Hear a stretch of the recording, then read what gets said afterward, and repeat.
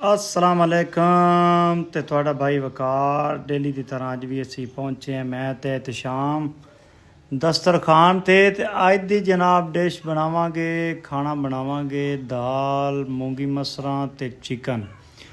ਉਹਦੇ ਵਾਸਤੇ जनाब मिसालिਆਂ ਨੂੰ ਸੋਹਣੀ ਤਰ੍ਹਾਂ ਛਿੱਲਣ ਤੋਂ ਬਾਅਦ ਉਹਨਾਂ ਨੂੰ ਲੈ ਕੇ ਟੋਕਰੀ ਵਿੱਚ ਇਤਸ਼ਾਮ ਅੱਗੇ ਤੇ ਵਕਾਰ ਪਿੱਛੇ।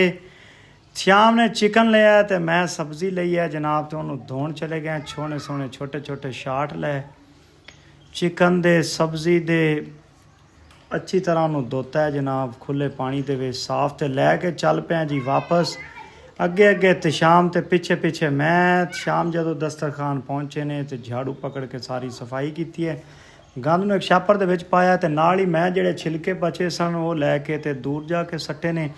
उस तो बाद जिहड़ा सब्ज़ी धोती सी उन्होंने अच्छी तरह कटना शुरू किया है छोटे छोटे उन्हें पीस बनाए ने प्याज दे अदरक नूं अच्छी तरह साफ किया है तो उन्होंने दौरी दे विच फिर कुटिया है। उस तो बाद श्याम साहब ने अग लाई है जनाब चुल्हे विच एक एक तिनका जोड़ ते बंबड़ शुरू किया है तो उहदे नाल ही पतीला रख दिता है जनाब उत्ते। पतीले दे विच सब तो पहले जनाब थल्ले अग दे काटे सन ते सब तो पहले घी पाया जनाब। घी जनाब हर शै वास्ते ज़रूरी है घी तो बगैर कोई सालन नहीं गोश्त नहीं सब्ज़ी नहीं चावल नहीं।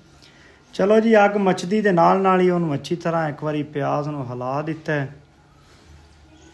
प्याज नूं हिलावन दे नाल तैयारी का अमल शुरू है तो चेक कर रहे हैं भी उस तो बाद मिसाले शुरू किए ने जिमें जिमें पहले मिर्चां नमक जिहड़ी जिहड़ी चीज़ जनाब शेफ साहब का दिल किया श्याम भाई का सटी गया जनाब।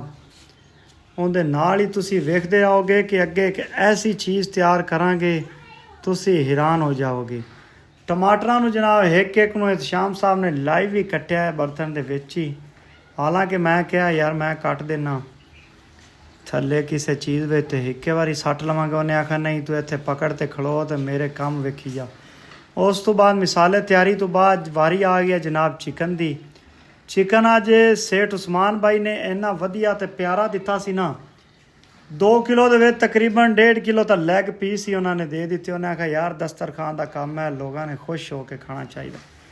जनाब मिसालियां दी तैयारी का अमल शुरू है तो श्याम भाई उत्ते खड़े ने बार बार मिसाले नूं जमीन च पट पट ते लगन तो बचा के तैयार करने तो इहदे नाल ही जनाब भाई ने वकार ने लकड़ां दा काम शुरू किया है। लकड़ां टुक टुक ते जनाब मैं लाई जा रही हाँ श्याम साहब उत्ते हिलाई जा रहे हैं। उहदे तो बाद जनाब पा दी है जी दाल कोई लोग सानू कहते सन उबले पानी है श्याम साहब ने सुके गोश्त ही पा ते हिलाना शुरू कर दिता है। इहदे नाल ही पानी ते पका ते खाना हो गया जी तैयार।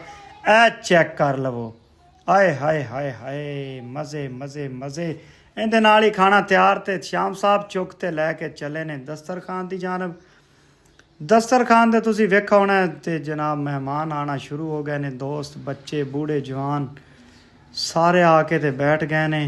सब तो पहले यह गल सुनो अच्छा यार भाई तकी शाह साहब एंड फैजपुर मुंशियां तो अजकल वैसे अमेरिका होंदे ने तो उन्होंने यार अल खैर दस्तरखान की टीम ने डेरा तावन किया है तो उन्हें एक गल बड़ी सोहनी की है कि तू मेरे पूरे पिंड वास्ते दुआ करनी जो भी करनी पूरे फैजपुर वास्ते तो यार ये बड़ी वड्डी गल है जिन्ने भाई बैठे ना यार जनाब सारे तुसी वेख रहे हो जवान जिन्ने भी बैठे ने सारे ने शाह साहब वास्ते दुआ की है अली हैदर भाई वास्ते दुआ की है मास्टर शाह सवार सुखेरा वास्ते जिन्ने भी यार सानू मिलते हैं दुआ वास्ते कहते हैं सारे लई देर दुआवां करने हैं। उस तो बाद खाना शुरू जनाब हो जाता है। खाना जनाब तुसी सैटिंग चेक कर लो श्याम भाई ने माशाल्लाह दस्तरखान जिमें जिमें फुल होंदा जाता है जनाब उवें उवें रौनकां वधदियां जांदियां। बच्चे जनाब बड़े शौक नाल आंदे ने सारिਆਂ ਨੂੰ पेट भर खाना खवाईदा। दोपहर का टाइम होंदा है भुख का टाइम होंदा है। गरीब यार मुसाफिर जिहड़े लोग होटलों तो नहीं अफोर्ड करते वो सारे आ जाते हैं दस्तरखान ते। मजदूर जिहड़े यार मक्की छिलते हैं उन्होंने भी असी सद लेने कि आओ यार साढ़े नाल ही बैठ ते खाओ तुसी। जनाब अज का दिन भी खैरो आफियत नाल दुआ करो हसते रहो वसते